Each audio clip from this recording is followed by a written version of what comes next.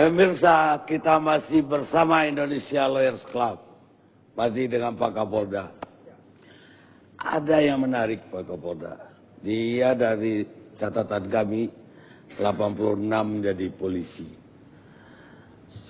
Dia itu pedagang semula. 83 dia udah berdagang ke kapal-kapal yang nyampai ke Sorong. Menjual kebutuhan untuk kapal. 90 dia mengantarpulaukan minuman keras cap tikus ke Sorong dari Manado dengan modal 3.000 per botol. Di Sorong harganya jadi 20.000. Tapi udah anggota Polri. Itu tahun 90. Sekarang 2013, berarti 23 tahun berdagang. Masa tidak termonitor oleh jajaran Polda, Polres, Propam, Polda? Apa yang terjadi ini? Ya, jadi Pak Karni, saya kembali kepada saya sendiri juga. Saya sendiri baru lebih kurang 8 bulan di Polda Papua. Kemudian prioritas di Polda Papua sebagai daerah yang rawan konflik, maka yang berbanding lurus langsung dengan stabilitas situasi di Papua itu adalah masalah-masalah konflik sosial. Saya fokus di sana. Ada pemilu kada gubernur yang tertunda 2 tahun, ada pemilu kada kabupaten yang 8 kabupaten, yang ada yang sampai 5 tahun karena konflik, korban banyak sekali meninggal. Nah itu yang menjadi 6 bulan prioritas bagi saya pertama. Jadi memang banyak problema di Papua. Tentunya saya harus mengambil skala prioritas, dan yang prioritas tadi alhamdulillah sudah selesai. Dan kemudian bukan berarti yang lain tidak kita perhatikan, yang lain juga kita laksanakan perhatian, kita tangani. Ada informasi pasti tidak terlanjuti, sangat banyak. Masalah togel, masalah miras, masalah illegal logging, masalah illegal BBM, semua kita tangani. Nah, problema yang lain adalah masalah keluasan wilayah. Wilayah Papua dari Sorong, di tempat masalah ini ada, sampai dengan Jayapura di mana ada kantor Polda itu 1,5 jam. Jadi Jakarta Bali dengan pesawat dari utara ke selatan sampai ke Merauke, Jayapura Merauke itu 1 jam perjalanannya. Jadi sedemikian luas wilayah ini, hampir 4 kali Pulau Jawa, sehingga kemudian sistem transportasi, sistem telekomunikasi juga akan sulit. Hanya Telkomsel yang kuat di sana. Otomatis ini mempengaruhi kendali, kontrol yang lain. Itu sepenuhnya para Kapolres yang kita harapkan menjadi ujung tombak memahami masalah. Nah, oleh karena itu kasusnya yang melibatkan anggota ini baru saya ketahui setelah dapat informasi pada bulan ke-6 saya masuk. Bulan ke-6 saya mendapat informasi, segera kita lanjuti, membentuk tim. Bulan ke-6 berarti 2 bulan yang lalu dari sekarang. Ya, otomatis saya pun evaluasi.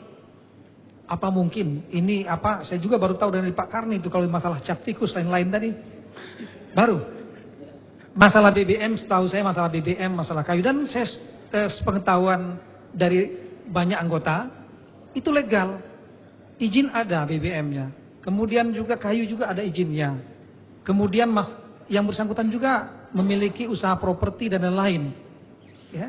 Nah ini sepengetahuan masyarakat demikian, termasuk anggota polisi. Dan dia punya 2 perusahaan, ya. SAW tadi sama Rotura. Ya. Itu juga udah masuk laporannya. Saya belum. Tapi saya tanya Kapolres, apakah sudah tahu? Tahu. Oke. Apa Pak Kapolda? Saya tahu Pak Kapolda orang baru di situ. Ya.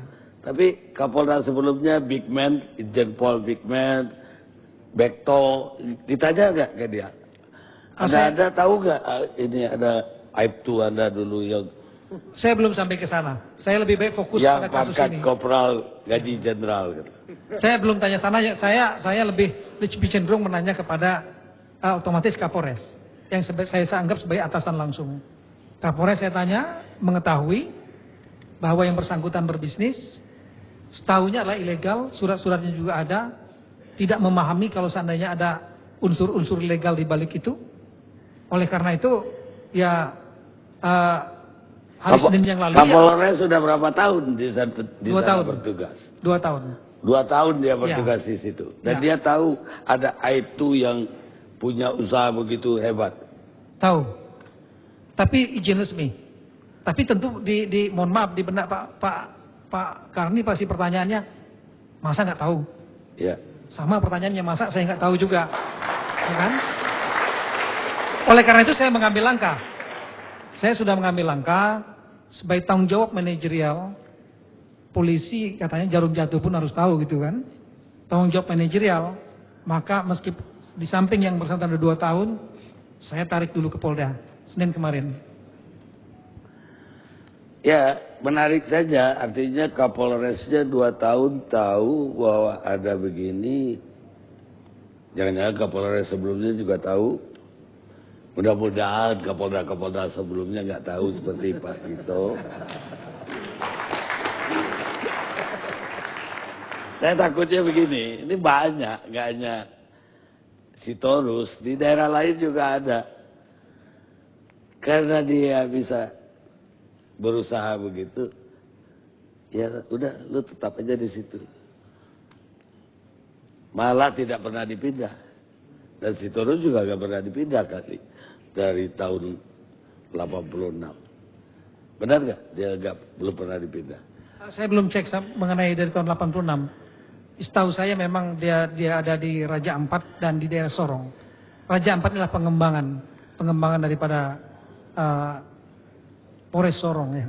Dulu namanya Sorong, meliputi beberapa kabupaten.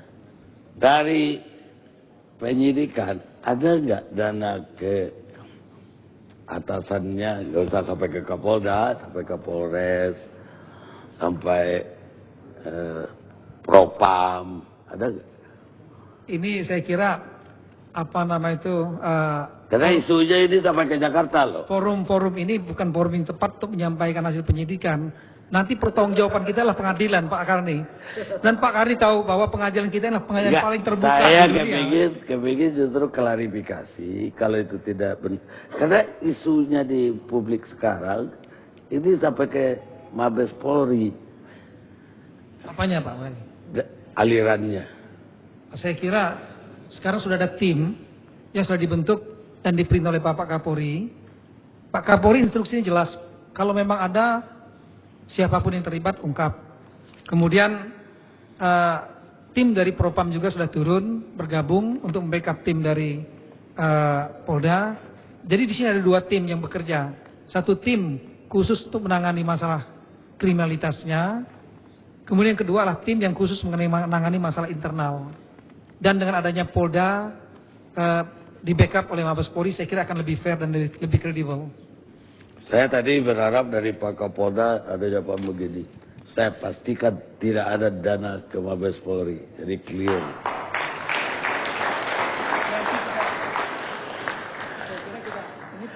Iya, proses masih jalan ya Pak ya. Baik. Semua data masih ini memerlukan waktu saya kira. Baik Pak Kapolda. Saya sekarang ke Bob Hasan, pengacara Labora Sitorus. Ini pengacara Labora di Papua atau di Anda kantornya di Papua? Kantor kami di Jakarta, Pak. Oh, kantor di Jakarta. Saya kira dari Papua terbang ke sini. Nama ini konglomerat, tapi kalah sama Laborasi Torus. Ada jawaban Anda terhadap itu? Ya, saya sedikit ingin mengomentari bahwa apa yang disampaikan oleh bapak-bapak dari Polda Papua, buat kami selaku pembela daripada PT Rotua dan PT SHW yang juga tentunya menyangkut Pak Laborasi Torus. Pertama, bahasa illegal logging dengan penimbunan BBM itu dengan barang bukti dan unsur-unsur yang kami telah periksa semuanya itu sangat tidak relevan. Jadi kalau dinyatakan illegal logging berarti beralihnya kepada Undang-Undang 41. Undang 41 itu kan mengenai tentang kehutanan, bahwa tentang kehutanan itu harus benar-benar terbukti adanya sebuah kerugian negara. Pemeriksaan asal-usul kayu itu berasal dari mana? Dari hutan, apakah hutan negara, hutan produksi, atau apa yang lainnya. Kalaupun itu boleh, harus ada izin-izin lain yang harus dikeluarkan. Artinya, Undang-Undang 41 harus dilengkapi dengan peredaran hasil hutan yang lengkap. Dan sementara PT Rotua yang kayu diperiksa oleh penyidik, itu adalah bukan termasuk di dalam Undang-Undang 41. Bukan domainnya kehutanan. Jadi, PHH, peredaran hasil hutan itu dari hutan tebang, kemudian PSDHDR dibayar ke negara, sehingga di situ nanti keluarlah sebuah dokumen, maka ada sebuah bahasa di pasal 50, membawa hasil hutan tanpa dilengkapi oleh dokumen itu terkena sanksi pidana. Itu dalam Undang-Undang 41. Dokumen tersebutlah hasil daripada pembayaran kepada negara. Kemudian masuk ke industri primer. Industri primer ini mengeluarkan FAKO. Jadi yang dimaksud oleh FAKO itulah faktur angkutan kayu olahan. Tapi ini belum ke arah industri lanjutan yang dimiliki PT Rotua. Jadi PT Rotua, kayu-kayu ini diperiksa itu di atas kapal, Pak. Bukan di dalam gudang maupun bukan dari dalam hutan. Jadi PT Rotua ini adalah industri di bawah kewenangan Kementerian Perindustrian dan Perdagangan. Nah, inilah fakturnya, Pak. Jadi fakturnya ini bukan FAKO, bukan faktur kayu olahan, tapi ini faktur hak privat. Setelah semuanya sesuai dengan aturan perundang-undangan yang berlaku, bahwa industri ini adalah menerima kayu-kayu yang berasal daripada kayu olahan, industri primer terlebih dahulu, bukan dari hutan, Pak. Jadi informasi illegal logging, pembalakan dan sebagainya, itu harus terkriteria dalam Undang-Undang 41 tentu dengan Permenhub yang ada sebagai peredaran hasil hutannya. Adakah di situ kerugian negaranya, kemudian adakah pelanggaran di dalam hutan negara di situ ya? Seperti itu. Ini untuk illegal logging, Pak. Jadi saya bisa katakan bahwa dipastikan ini bukan PT illegal logging. Rotua ini menerima kayu itu dari siapa kalau gitu? Nah, beliau PT Rotua ini menerima kayu berdasarkan dari FAKO-FAKO, perusahaan-perusahaan industri primer. Ada fakturnya juga? Ada FAKO-nya, Pak. Nah, jadi ini sudah mau ke kapal ini. Jadi Pak. kalau mau salah menurut Anda PT-PT yang mensuplai tersangka kayu itu harus timbulnya dari industri PT. primer tadi, seperti itu. Kalau saya bilang ini yang menadah dari sana juga. Penadahan itu timbulnya dari hutan ke industri primer. Ya, Nah, dari kemudian primer ke ketika sini. kalau ini menadah, ternyata FAKO itu, kan tidak juga bisa kita melakukan asumsi, Pak. Harus benar-benar cek tunggul. Benar ini kayu dari mana? Ya, itu Kerugian negara itu terjadi. yang Polda sekarang lagi nyari. Ya. Nah, Dia tetapi juga, terlalu dini dong, Pak, kalau seandainya sekarang PT Rotua di atas kapal ditahan atas dasar Undang-Undang 41. ya kalau dia sangka tadi menadah kayu-kayu itu juga bisa. Ya, toh. sangkaan itu boleh saja, Pak. Tetapi Karena tidak. dia sangka makanya dia sita dulu.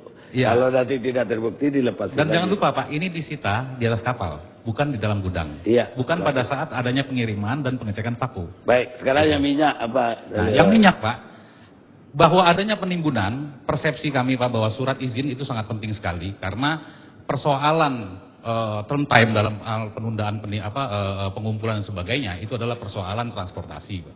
Yang terpenting buat kita di sini adalah adakah kerugian negara di sini lagi kembali, Pak. Bahwa kontrak antara PT SAW dengan Pertamina itu ada dan ini surat dinas dari surat izinnya. Dan surat izin ini bisa terbit, Pak, setelah ada kontrak dari Pertamina. Kalau tidak ada kontrak dari Pertamina, ini tidak akan bisa terbit. Ya, tapi kan dia udah diputus Pertamina. Belum pernah, Pak. Belum pernah. Enggak, tahun. Belum pernah, Pak. Angkutannya pernah, Pak. Seperti itu. Bukan, dia Jadi- sebagai agen udah pernah diputus. Ya, jadi Pak, begini Pak, sanksi pidana yang ditemukan dalam Undang-Undang Migas nomor 22. Harus ada kerugian negara, saya setuju. Ya, seperti itu, Pak. Kalau dia tidak lagi dapat suplai dari Pertamina, dia dapat suplai dari yang gelap, subsidi yang diselewengkan, negara dirugikan. Ya. Dan dia diputus SAW ini tahun 2006, dia hanya dapat menyalurkan BBM non subsidi karena izin subsidi dicabut. Ya, betul, Pak. Terakhir milik Labora ini dicabut April 2012. Ini transaksi terakhir. Oktober 2012 dia izinnya yang non subsidi pun dicabut. Ya, betul. Artinya setelah 2012 dia tidak dapat suplai apapun lagi. Ya. Sekarang ada 1 juta kiloliter di situ. Ya. Itu yang dikejar polisi, dari mana barang Ya, itu? betul, Pak. Jadi kegiatan aktivitas BBM itu memang sudah 5 tahun, Pak. Artinya yang non subsidi, pengertian daripada kerugian negara yang saya ungkapkan tadi, Pak. Ketika itu memang adalah bahan yang subsidi, kemudian diaktifkan sebagai jual beli yang non subsidi, ya, artinya dari subsidi dan industri, Pak, ya. Ini harga-harga ini semuanya tidak terkait, Pak, ya. Semua membeli dengan biaya minyak industri, menjual juga dengan biaya minyak industri, seperti itu, Pak. Tapi benar rekeningnya 1,5 triliun. Inilah maka kami selaku kuasa hukum menyatakan bahwa justru predikat crime ini dipicu oleh informasi PPATK. Apalagi amount daripada nilai 1,5 triliun. Tadi sudah dibuktikan bahwa ada pengusutan sebelum berita PPATK muncul. Iya, kami pun juga dalam pembelaan selama ini juga punya, Pak, ya, artinya pembacaan bagaimana bahasa gerak tubuh daripada penyidikan dan pemeriksaan dan sebagainya. Artinya ketika kami katakan bahwa pemicunya adalah informasi amount dari 1,5 triliun itu pada saat di mana PT Rotua selaku illegal logging yang disebut sangkaan illegal logging itu belum ada tersangka, Pak. Belum ada tersangka sama sekali.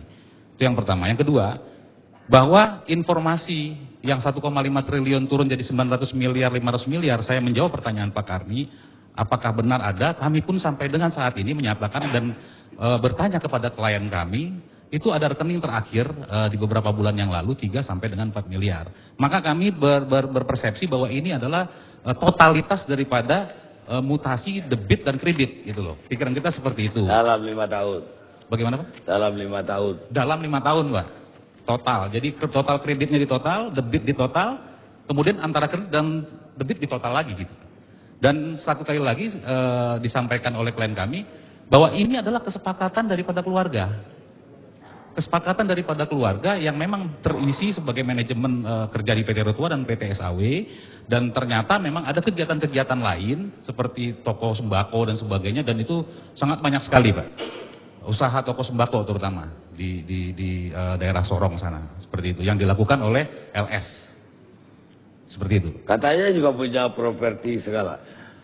Properti tidak punya, tetapi ada usaha-usaha yang menyangkut mungkin ketika ada dia bisa involve di dalam pembangunan perumahan dan sebagainya, itu mungkin bisa saja terjadi, Pak, karena mungkin capital sudah mencukupi, ya hal-hal ini wajar, dan ini pun juga dilaksanakan oleh keluarga, Pak, gitu. Seperti itu dilaksanakan oleh keluarga. Anda kenal dengan Sitorus di mana? Kasus ini sesungguhnya, Pak, karena kami adalah sebuah organisasi yang DPW kami adalah DPW Pekat Indonesia Bersatu yang ada di Papua, itu membawa kepada kami, seperti itu.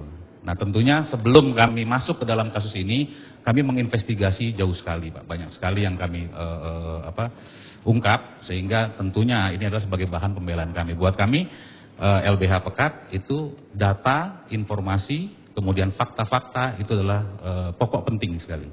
Buat kami seperti itu. Jadi apa yang akan Anda lakukan? Ya tentunya tetap kembali kepada pembelaan yang ada, dan sesuai dengan statement kami bahwa bagi kami tetap informasi PPATK itu sebagai pemicu, nah, sehingga timbul bahasa illegal logging. Dan ya seandainya itu pemicu, ya, nggak ada salahnya tuh. Buat kami tidak ada salahnya, Ya. tetapi tetap kualitas daripada predikat crime akan terpengaruh, Pak. Gitu. Bukan, setelah ada pemicu, ternyata diselidiki ada predikat crime-nya. Ya, Nggak membatalkan tuduhan pidana, tidak.